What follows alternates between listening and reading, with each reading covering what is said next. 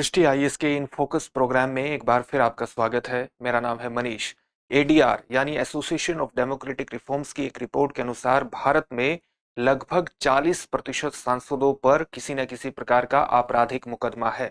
इस 40% में से 25% मुकदमे गंभीर प्रकृति के हैं। ये भारत में भारतीय राजनीति में बढ़ते अपराधीकरण की प्रवृत्ति को प्रदर्शित करता है। हाल ही में सांसदों के या विधायकों के ऊपर चल रहे आपराधिक मामलों के तीव्र निपटान की निगरानी के लिए सुप्रीम कोर्ट ने कुछ दिशा निर्देश दिए हैं। यही इन फोकस में आज हमारा टॉपिक होगा। हमारे टॉपिक का नाम होगा सांसदों के खिलाफ मामलों का शीघ्र निपटान, सुप्रीम कोर्ट दिशा निर्देश। सबसे पहले देखते हैं कि इस टॉपिक के अंतर्गत हम किन पक्षों पर चर्चा करेंगे। सबसे पहले हम उस खबर को देखने का प्रयास करेंगे जिससे ये पूरा टॉपिक चर्चा में आ जाता है। फिर हम उस पूरे मामले को देखने का प्रयास करेंगे कि जिसके अंतर्गत सुप्रीम कोर्ट ने कुछ दिशा निर्देश दिए हैं, वो मामला क्या था।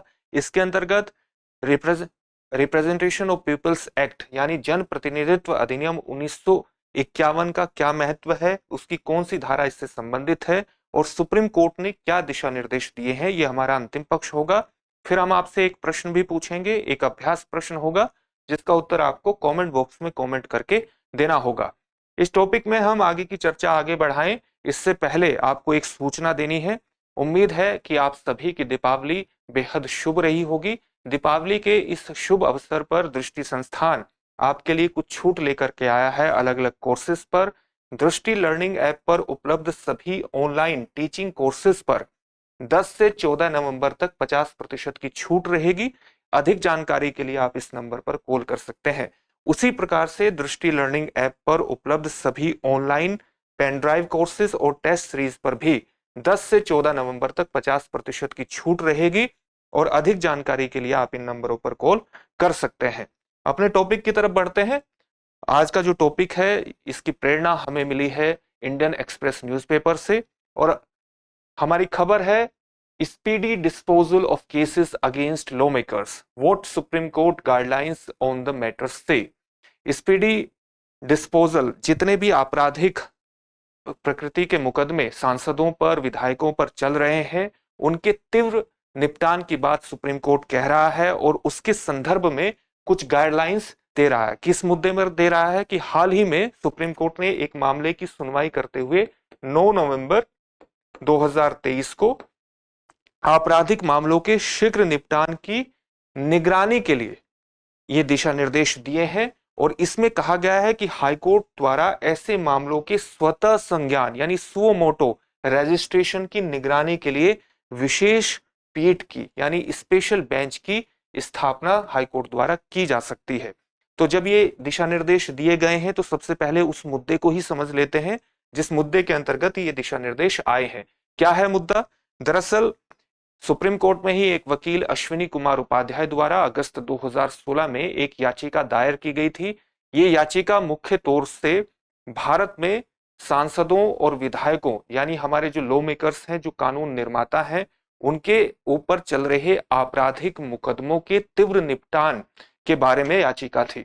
और इस याचिका में कहा गया था कि सांसदों और विधायकों पर आपराधिक मुकदमे जो चल रहे हैं, अगर वे दोष सिद्धि हो जाती है उनकी, अगर वे दोषी सिद्ध हो जाते हैं तो उनकी और उनको 2 साल की सजा मिल जाती है। 2 साल की सजा मिलने पर वो उनकी सदस्यता तो तुरंत सदस्यता के लिए तो अयोग्य हो ही जाते हैं, लेकिन रिहाई के बाद 6 साल तक चुनाव भी नहीं लड़ सकते।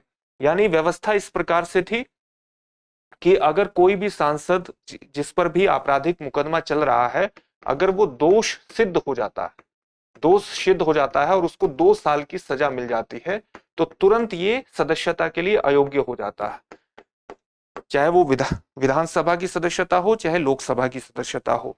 और जब ये अयोग्य हो जाता है तो रिहाई के बाद भी ये 6 वर्ष तक 6 साल तक चुनाव नहीं लड़ सकता। इस याचिका में ये डिमांड की गई थी कि ये जो 6 साल की अवधि है इसको आजीवन प्रतिबंध के रूप में तब्दील कर दिया जाना चाहिए। ये जो 6 साल की अवधि है चुनाव लड़ने पर, जो 6 साल का प्रतिबंध है, इस प्रतिबंध को आजीवन प्रतिबंध के रूप में परिवर्तित कर दिया जाना चाहिए था। और दोष सिद्धि के बाद 2 साल की जो सजा मिलती है उसका प्रावधान, उसके आधार पर जो अयोग्यता होती है, ये प्रावधान किए गए हैं जन प्रतिनिधित्व अधिनियम 1951 की धारा 8(3). आप जानते होंगे कि इस जन प्रतिनिधित्व अधिनियम 1951 को संसद में डॉक्टर भीमराव अंबेडकर द्वारा ही प्रस्तुत किया गया था। इसके भी कुछ प्रावधानों को के बारे में हम जानेंगे। और ये जो सुप्रीम कोर्ट में अगस्त 2016 में याचिका दायर की गई थी, ये इसी बारे में की गई थी कि जो 6 साल का प्रतिबंध दोष सिद्धि और 2 साल की सजा के बाद लगता है रिहाई के बाद, इस प्रतिबंध को आजीवन लगना चाहिए। इस दोष सिद्धि और अयोग्यता की बात कहां की गई है? जनप्रतिनिधित्व अधिनियम 1951 की धारा 8(3) में। और याचिका में कहा गया था कि दोषी राजनेताओं पर आजीवन चुनाव लड़ने पर प्रतिबंध लगना चाहिए। वस्तुतः हमारा जो ये जन प्रतिनिधित्व अधिनियम 1951 है, इसकी धारा 8 स्पेसिफिकली इन्हीं मुद्दों पर है कि ये कुछ निश्चित अपराधों के लिए दोषी ठहराए जाने के बाद कानून निर्माताओं की अयोग्यता का प्रावधान इसके अंतर्गत किया गया है। तो सबसे पहले देख लेते हैं कि ये जन प्रतिनिधित्व अधिनियम वस्तुतः कहता क्या है। ये कई प्रकार की व्यवस्था करता है और डॉक्टर भीमराव अंबेडकर ने जो इसको प्रस्तुत किया था वो भारतीय राजनीति में स्वच्छता को ध्यान में रखकर ही किया था कि अपराधी किस्म के व्यक्ति या अपराधी प्रवृत्ति के व्यक्ति भारतीय राजनीति प्रणाली को दूषित न कर सके। और इसी के अंतर्गत कई चीजों को निर्धारित किया गया था। कैसे निर्धारित किया गया था कि संसद एवं विधानसभाओं के लिए चुनाव को संचालन किस प्रकार से होना चाहिए, उसमें भ्रष्ट आचरण से किस प्रकार से निपटा जाना चाहिए, सदनों की सदस्यता के लिए योग्यता और अयोग्यता का भी निर्धारण किया गया था। चुनाव के दौरान या उसके संबंध में होने वाले अन्य अपराधों पर भी बात इसके अंतर्गत की गई थी जन प्रतिनिधित्व अधिनियम 1951 का। और इसकी धारा 8 जैसा कि अभी बताया गया था विशेष रूप से विधायकों की अयोग्यता से संबंधित है।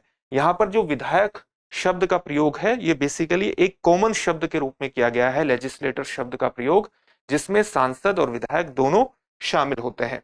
ये किस प्रकार से अयोग्यता निर्धारित करता है कि अगर कोई भी हमारा जो लेजिस्लेटर है, जो हमारा कानून निर्माता है, दो समूहों के बीच दुश्मनी को बढ़ावा देता है या रिश्वतखोरी में शामिल है, अनुचित प्रभाव अनड्यू इन्फ्लुएंस का प्रयोग करता है, जमाखोरी में लिप्त है या मुनाफाखोरी में लिप्त है, भोजन या दवाओं में मिलावट जैसे अपराधों में लिप्त है, तो वो क्वालिफाई करता है अयोग्यता के लिए। उस अयोग्यता के लिए निर्धारित वो अयोग्यता की जो सीमा है, अयोग्यता की जो कैटेगरी बनाई गई है उसको पूरा करता है और तुरंत उसकी सदस्यता अपनी सदस्यता के लिए अयोग्य हो जाता है। इसी प्रकार से ये जो याचिका दायर की गई थी ये कह रही थी कि अगर कोई भी व्यक्ति दोषी सिद्ध हो जाता है तो धारा 8(3) के अंतर्गत इसमें डिमांड की गई थी कि आजीवन प्रतिबंध उसमें लगना चाहिए उस पर। सुप्रीम कोर्ट ने किस प्रकार के दिशा निर्देश हाल ही में दिए हैं? सुप्रीम कोर्ट ने जब इस मामले की सुनवाई की तो वो इस मामले के एक पक्ष से तो निपटा, इस मामले के इस पक्ष से निपटा कि किसी भी सांसद या विधायक पर चलने वाले अपराधों के तीव्र निपटान की निगरानी करने की आवश्यकता है ताकि उनका निपटान त्वरित गति से हो सके। आप जानते होंगे कि वर्ष 2015 में भी कई प्रकार के दिशा निर्देश सुप्रीम कोर्ट इस संदर्भ में दे चुका है। वे किस प्रकार के दिशा निर्देश हैं? जैसे सुप्रीम कोर्ट ने 2015 में एक पब्लिक इंटरेस्ट लिटिगेशन पर, एक जनहित याचिका पर सुनवाई करते हुए कहा था कि इस तरह के जो मामले हैं जो किसी सांसद या विधायक पर उसके अपराधों के संदर्भ में सुनवाई करते हैं, तो इस तरह के मामलों को चार्जेस फ्रेम होने के बाद, जब चार्जेस फ्रेम हो जाते हैं, चार्जेस फ्रेम होने के बाद 1 साल के भीतर इस ट्रायल को पूरा कर दिया जाना चाहिए और इसकी सुनवाई डे टू डे बेसिस पर होनी चाहिए। डे टू डे बेसिस पर इसकी सुनवाई होनी चाहिए। इस तरह के मामलों का अगर निपटान करने की जरूरत है तो डे टू डे, जल्दी ही निपटान करने की आवश्यकता है तो डे टू डे बेसिस पर इसका सुनवाई होनी चाहिए। सुप्रीम कोर्ट ये कह चुका है। और अगर कोई ट्रायल कोर्ट 1 साल के भीतर इन मामलों का निपटान नहीं करती है तो उसे अपने संबंधित राज्य की हाई कोर्ट में कारण बताने होंगे कि क्यों सुनवाई पूरी नहीं हुई। इस प्रकार के दिशा निर्देश सुप्रीम कोर्ट 2015 में दे चुका है। 9 नवंबर को सुप्रीम कोर्ट क्या कहता है?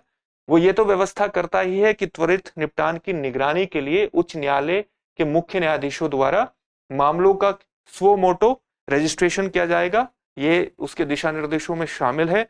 साथ ही उसने ये भी कहा है कि ऐसे मामलों की सुनवाई जो मुख्य न्यायाधीश है उसके नेतृत्व वाली विशेष पीठ या उनके द्वारा नामित पीठ द्वारा की जा सकेगी। आवश्यकता होने पर मामले जितने भी आवश्यक होंगे तो आवश्यकता होने पर मामले नियमित अंतराल पर सूचीबद्ध किए जाएंगे, उनकी लिस्टिंग की जाएगी। विशेष पीठ अदालत की सहायता के लिए राज्य के जो महाधिवक्ता है, आप कह सकते हैं मुख्य कानून अधिकारी जो है, या अभियोजक को बुला सकती है। निचली अदालतों के लिए एक समान दिशा निर्देश बनाना मुश्किल है। सुप्रीम कोर्ट ने ये कहा है कि सभी अदालतों के लिए अगर आप एक समान दिशा निर्देश, आदेश निर्देश बनाने की कोशिश करेंगे तो वो मुश्किल है, लेकिन प्रभावी निगरानी के लिए जो आपराधिक मुकदमे हैं, इनकी प्रभावी निगरानी के लिए उपाय तैयार करने की जिम्मेदारी उच्च न्यायालय ले सकता है। और उच्च न्यायालय इस अगर चाहे तो अपने अपने राज्यों में उच्च न्यायालय द्वारा समान आदेश और निर्देश बनाए जा सकते हैं।